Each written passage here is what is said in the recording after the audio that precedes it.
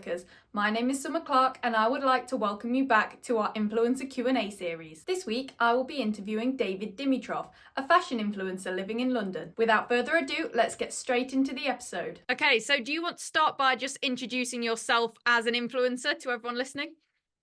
Yeah, of course. Hi, everyone. My name is Deyvid. I'm a London-based content creator. I make content about fashion, lifestyle, and some skincare as well. I'm also the editor of Gold 4 magazine, which is a project that I started during COVID. And it's been going for like 4 years now. Ah, see the benefits of COVID. Yeah, 100%. It was one of those little things, that just picked up. And it's been quite a lot of fun. I think a few people have found that, they've started new little ventures in the pandemic because, they're sort of like, well, I've nothing else to do. Do you know what I mean? And may as well use the extra time. Yeah, exactly. I got to meet like so many amazing like designers that were just stuck at home. And this was one of the things that came out of the whole thing. Yeah. Yeah, amazing. So what is your niche then as an influencer? I'm going to say fashion mainly. Yeah, exactly. Okay. Is it purely fashion or do you do anything else within that? I think it's mainly to do with like streetwear sort of fashion. And with that comes the skincare part as well, because it's like, oh, get ready with me. And I kind of break it down into like the parts that it kind of takes to me getting ready to go somewhere a lot of the time. Yeah. So it's kind of the stuff that comes before choosing the outfit almost, isn't it? Like the base of it. Exactly. Yeah, that's true. So would you class maybe a bit of health and wellness in there, looking after your skin and stuff like that?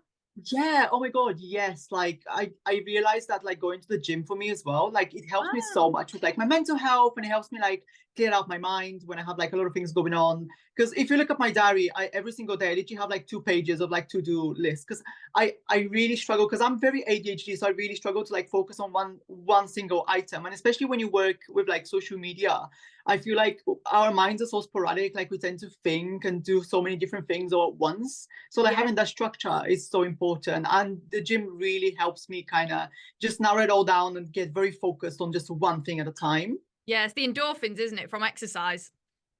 Yeah. Really helpful. Do you do that in the morning then to set you up for the day, or are you a nighttime gym goer? No, so what I do is like I wake up around 7:30, 8 o'clock in the morning. I work for about 4 to 5 hours, and around 1 o'clock, half one is when I go to the gym in the afternoon. Ah, okay. Because then the gym is empty, and I love an empty gym. I hate people at the gym. There's nothing worse than getting there and you can't do anything because everyone's on your machines. Everyone's like on their phones. It's really ridiculous. Yes, exactly. And they take forever. Scrolling on TikTok on the machine, and I'm like, can you move? Yeah. But yeah, the to-do list as well is a really good idea, because I'm the same. Like, there's that much to do that if you don't write it down, it's gone. Like, you can't remember it. Yeah, especially if you're trying to be like your own boss, because I used to have a full-time job, and it's very different when you have like a full-time job, but it's very different when you are on your own terms, you're working on your own hours. It's like, it doesn't really matter whether I do it at 7 a.m. or at 7 p.m. If I don't have that list of what I need to achieve, I tend to procrastinate like crazy. Do you work fully for yourself now then? Yeah, since November. Amazing. How are you finding that as opposed to working for a company? I'm assuming what you did before. Yeah. Well, my background's in marketing, so I did marketing for about 5 years. Okay. And then I was like, okay, cool. Now I can transition out of it, because I realized that work became so overwhelming in terms of what I was doing outside of work. It has been a very interesting experience, I'm not going to lie, just because there's like, it's really weird. You're kind of missing that shelter of having a full-time job. So now I have to go out of my way. Now I have to like build the confidence to like go and speak up to people, go and pitch to brands. Whereas before, you didn't really have to worry about that. Yeah. That you definitely have to take more action, don't you? Yeah, exactly. That's so true. But it's fun. I think the moment you kind of get out of your comfort zone, because I'm very introverted. But the moment you get out of your comfort zone, it becomes easier. Like after every single pitch, after every single call, it just gets easier and easier. Yeah, you get confidence to go, don't you? Yeah, exactly. Sure. So what platforms are you active on, and which is your favorite and why? So as far as social media goes. I think I still love Instagram, mainly because it's still curated, it's still aesthetically pleasing to look at. I find TikTok really irritating. I post a video, but I close the app immediately. I can't look at it. It's it's messy. Like TikTok is messy as hell. Yeah. And when you're scrolling, like it's constant noise, constant, it's overwhelming almost, isn't it? Yeah, and a few weeks ago, I actually watched this experiment that they did. They made people scroll through TikTok, and then they asked them to remember like 5 TikToks, and like no one could name 5 TikToks that they just saw, and because you get bombarded with content. Yeah. And most people don't stop to actually watch a video fully, do they? They just scroll and maybe watch 2 seconds and then scroll again. Whereas Instagram, Yeah. I feel like there's just a bit more to it. It's more in depth and people take more time to actually, enjoy the content a bit more. Yeah, exactly. I feel like I built like so many like connections with people on Instagram, whereas with TikTok, Mm. it's like I've met so many people that even have like a lot of followers and stuff, and like they just it's just not a memorable experience in a weird way. Yeah, But no, the for moment they sure. kind of transition to Instagram, it's very like they start thinking about the feed, they start thinking about the people that they're interacting with, and it's very different in terms of your mindset as well. Mm. And Instagram does have reels, doesn't it, as well, which is kind of like TikTok. Yeah. It does have a little bit of that if you want it, but it's not like all consuming. Yeah, I mean YouTube has their own YouTube Shorts now as They well. do, yeah, they do. Do you have YouTube as well? Yeah. Yes. YouTube Shorts is fun. I think it's a lot more educational content, so I kind of like Yeah. that just because it's long form, it's a bit slower paced. Mhm. Um, so yeah. And Yeah. shorts are they're using shorts to kind of like create these cutouts of like the longer form videos. So it's quite nice if you want to get just like a nugget of information. Yeah, if you don't wanna sit down and watch a whole 30-minute video, it's perfect. Yeah, exactly. Amazing. So how long have you been an influencer for now then? I think the whole thing started in like 2019 with like Okay. literally my first marketing job. I used to work for like a property company, and I used to like visit so many nice properties in like Westminster, in Chelsea, like very expensive ones. And I would just like dress up as I would to meet my clients, and I'll take Mm, photos in those properties. okay. And like that started getting me followers, and I was like, okay, cool, Ah, let's do this. so it's quite Yeah. organic, you're already doing that, it's something that you're enjoying anyway, and then it kinda went from there.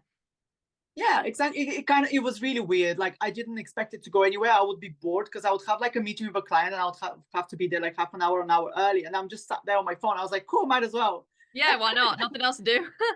Perfect. Well, how long did it take you to sort of notice your account starting to grow quite significantly? I think in that first year, it kind of grew like 6, 7,000 followers, and I started getting invites to like events because I never considered myself an influencer. It was kind of like Yeah. something that I was doing, Mhm.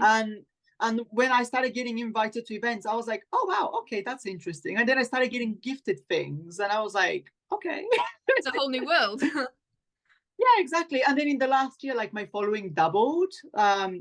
And then that's when I realized that on social media nowadays, because there's so much noise, as you said as well, like it's so Mm, important to be like true to yourself. Because before I felt like I needed to fit into a box of what mm. everyone else was doing and who everyone else was. But then I was kind of like, no, no, no, wait, I also paint in my free time. So I'm an artist, more or Oh, less, like okay. my degree is in art. Oh, So I was wow. like, cool, maybe I should, yeah. So I was like, maybe I should look at developing my own style. And I feel like I kind of stepped a little bit away from social media. And I was like, instead of trying to look at what everyone else is doing, Hmm. let me step out of this for a second, like get out of the noise. I even went back home for like 2 months. And I started like just looking at clothes and stuff. And I tried to develop my own style. And I feel like ever since I did that, it's paid back. Oh, okay, yeah. Authenticity is definitely key when it comes to social media for sure. Because you need to stand out at the same time. Do you get what I mean? It's quite a fine balance between, producing content that people want to see and then producing content that you actually enjoy producing. Because there's no point doing it if you don't enjoy the content. And I think if you go into it thinking, oh, I'm doing this for followers, it's not the same, is it? No, no, because it Makes doesn't you really feel like, work. I think you can't do it long term because you have to be consistent with it, mm, and it's not a consistent growth. Like a lot of the times, depending on what you do, you kind mm, of see these curves of like you kind of gain followers, you lose some followers, you get a lot of engagement, then your engagement plummets back down. If you're not enjoying doing that, you will really struggle with the downtimes. yeah, and you may give up when, if you lose some followers, you may think, well, it's not working and stop. Whereas if you enjoy it, you'll keep on going. And then in a few months' time, you'll see the increase again. Exactly. Yeah. Mhm. Amazing. So, how did you become an influencer within your niche then? So, you've kind of already touched on this, but just in a bit more. Yeah. Well, yeah. So that was like 2018, 19. And then we went into the pandemic.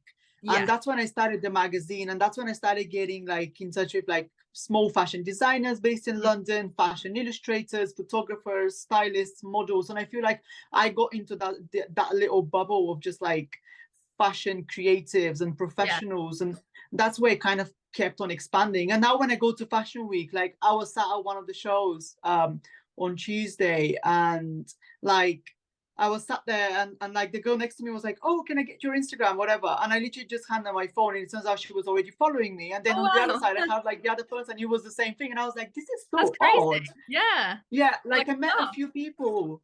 Yeah, exactly. I met a few people, and every single one of them was already following me on social media. Because bear in mind, I don't actually have that many influencers, but I Mm, feel like I'm so niche into my own little industry thing that I'm like, there's 200 people in the room, and we probably have touched base with like 100 of them. yeah, and that's more important, isn't it? Having, even if it's a slightly smaller but engaged following, because someone Yeah, could have hundreds exactly. of thousands of followers, but they don't engage, they're not like loyal to your account. Whereas it sounds like yours, because you have such that, that tight niche, that everyone who follows you is, really genuine and interested in what you do. Yeah, and I feel like you kind of learn to embrace the industry that you're in as well. Yes. So I feel like now like I'm kind of reaching past the point of just being on social media. Like I'm trying to be a part of the industry, but it doesn't necessarily mean that I'm 100% on social media anymore Yes. Yeah. That because makes of the connections that I've been able to build. Yeah. Have you found that you've made new friends through social media that you wouldn't have even met otherwise? Oh, 100%. Yeah. Mm. That's amazing because you can it's weird to think, if I'd never started this account, all these people, they would have never heard of me. I would have never met them. It's crazy. Yeah, like during London Fashion Week, like designers would literally GM me and be like, "Oh my god, are you coming to my show and stuff?" And I was like, Yeah. "That is wild!" Like a year ago, like these people didn't even know me, and now they're like reaching out personally to like invite me to their shows, and I'm like, "That's Yeah. sick." It's amazing. So what is the secret to your success as an influencer then, if you had to choose one thing? Probably just being authentic and being Mm. nice to people. Like Yeah. being nice to people goes such a long way. Yeah. Yeah, definitely. I think it's very, people don't realize how important it is just to be kind, and friendly, and people will interact more with your content if you feel like a friend almost. Do you know what I mean? Even though they haven't met you. Yeah. Mm.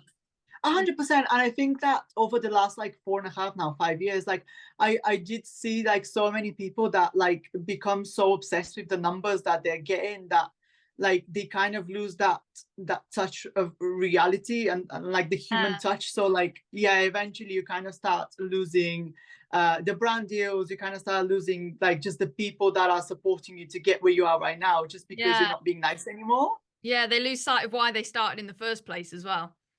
Yeah, exactly. Yeah. And kindness is free, it's not difficult, is it? So, if it's gonna, especially if it's gonna grow your account, then you got to do it. Yeah, and honestly, like I can like I know that people hate when like influencers say that, but like it's such a tough job in terms of how demanding it is because you Mm. end up not having a personal life. I think Mm. that now that I've done it for a few years, like I've done like photo shoots with different brands and stuff, so it's kind of extended past that stage.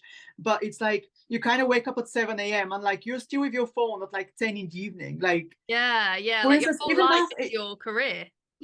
Yeah, exactly. Like, and with everyone, it's like that. Like, I get emails at like 10, 11 in the evening for like the next morning thing. And I'm like, this is just, Yeah, it just yeah. feels You like want you're to answer always them there and constantly then. working.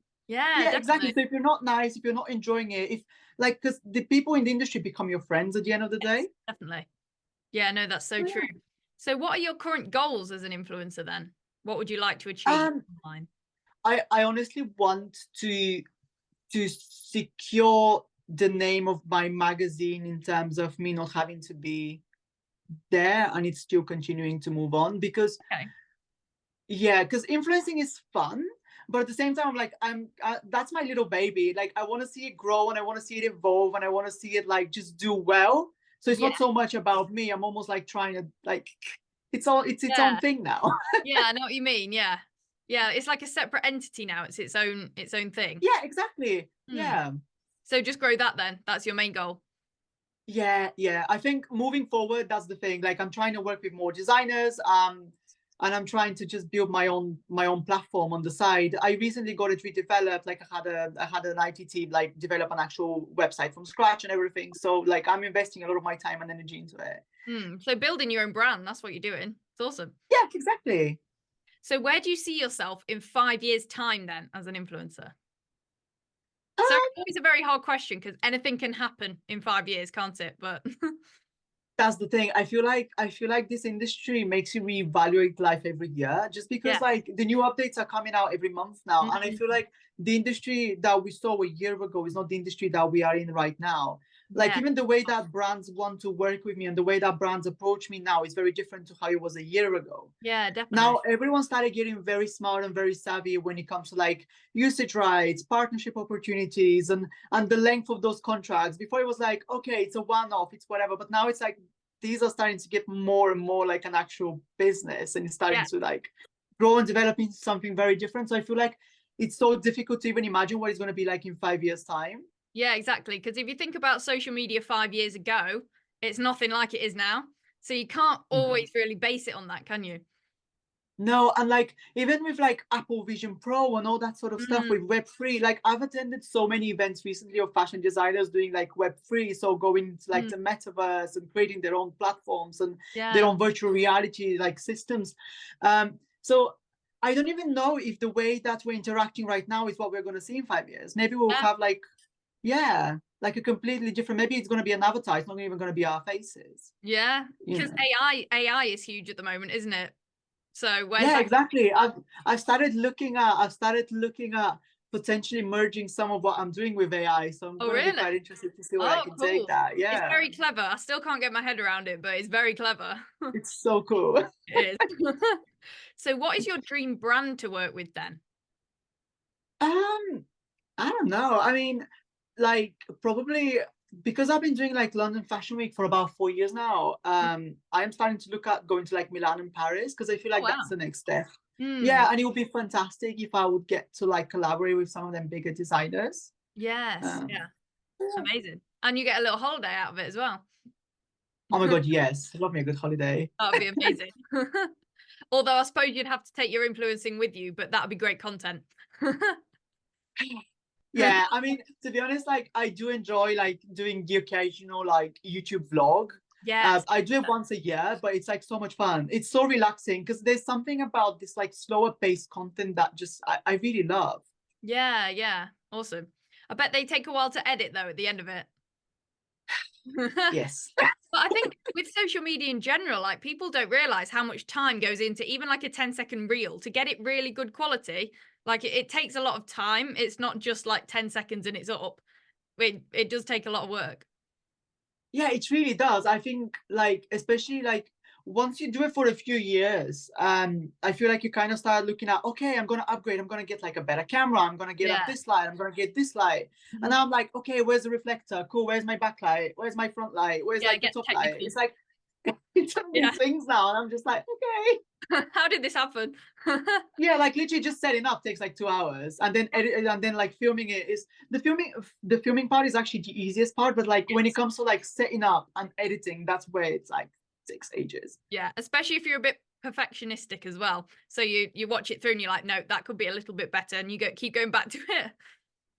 Yeah, exactly. I feel like now like the perfectionism for me is out the window because it's like I would never be able to get anything out there. Yeah, yeah, Like that's it's just true. Yeah, it not just holds you back. sustainable. Yeah, absolutely. Best way to be. So, what is your best piece of advice for those wanting to become or grow as an influencer within your niche? I think to become an influencer, you need to first like look at what everyone is doing on social media, Hmm. leave it for a little bit and figure out who you are. Yeah. Because at the end of the day, people want to engage with other people. People don't want to engage with just the content. Like it's not just the photo that they're seeing, they want to see the person behind that photo. So Yeah. I No, feel that's like very for true. me, that's when my account, yeah, exactly. Because my account was stagnating for about 2 years until I realized that you kind of need to become a real person so Yes, that not just people an can account. engage with that. Hmm. Okay. So, be Yeah, authentic and engage, basically. exactly. Yeah. Yeah, perfect. So I've got one more bonus question then. So what kind of content do you enjoy creating the most and why? So this is between things like photo posts, reels, written posts, YouTube videos. What is your favorite thing to make? I think photos, and it's probably because Yeah. I have the most control over that. Because Yeah. with photos, I can do it in the studio, I can do it in a closed space with like lights. a photographer. Like it's very different in how it's done, because I can make it very professional. Whereas with videos, I feel like unless you have a really massive budget, it's very difficult to create something that like is near perfect. Yeah, no, that's true. You Yeah, see, that's where it goes back to the perfectionism, which I was like, it's very like it's impossible. If you're striving perfectionism, it's impossible, because all of these platforms are trying to trigger the whole video algorithm. They're all looking after the shorts, the reels, the TikToks. Like they're not looking at static content, but static content is my favorite to create. Okay, yeah, I suppose it's easier to achieve, near perfection with a photo as opposed to a video. Yeah. Oh, I love Photoshop for that. Yeah, yes, that is so true. A savior. And I suppose as I'm well, like painting over my colors and everything. I'm like, no, I want it to be this color. yeah, it's not quite the right shade. Yeah, exactly. Exactly. Literally Yeah. my sky. I'm like, it needs to be that cyan blue, but like not Yeah, the baby blue. Like it needs to be more yeah, like acidic. exactly. Have you studied photography ever then, or did that kind of come Um, when you did art? well, at uni I did animation, so it's kind of like a mixture Oh, between like yeah, it's kind of like a mixture between like traditional like drawing and that sort of thing, and like oh, okay. photography and film. Yeah. Okay, cool. So you've got a lot of experience then. So that's where that's where my obsession comes in. Yeah. Amazing. Yeah, you got to be obsessed though, haven't you? If you're going to put content out every day. Look, it's 5 years now. Yeah, exactly. It's 5 years. There's no other way you can sustain this for so long if you don't actually enjoy what you're doing. Absolutely. Well, that is all of the questions. Thank you very much again. Thank you so much for having me. I hope you enjoyed my conversation with Deyvid just as much as I did. Don't forget to give him a follow on social media as well as us here at iNFLUWURK. The links will be in the description below. If you're an influencer with a lot to say and would like to get involved in our influencer Q&A series, send an email to summer@influwurk.com and we can schedule a video call. Happy influencing!